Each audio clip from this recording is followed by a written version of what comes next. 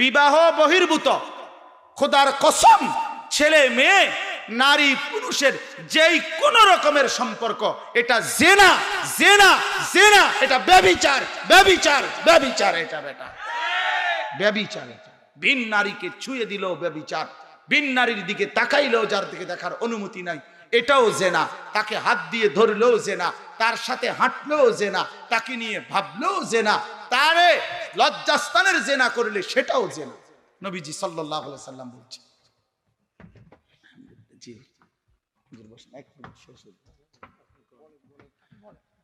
অতএব এটা জরুরি বিষয় বাপ, এটা বোঝা উচিত। জিন্দেগি এখানে শেষ করে দিয়েন না আমার নওজোয়ান ভাই, জীবন এখানে শেষ করে দিয়েন না। জিন্দেগি আরো সামনে আছে ভাইয়া, আরো সামনে আছে ভাইয়া।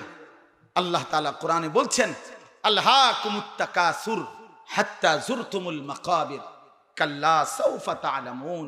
আল্লাহ বলছে, বান্দা, দুনিয়া বাড়ানোর নেশা তোমারে পাগল বানায় দিল, তোমারে আখিরাত ভুলাইয়া দিল। আনসাকুমুল আখিরা, আখিরাত ভুলাইয়া দিল তোমা করে।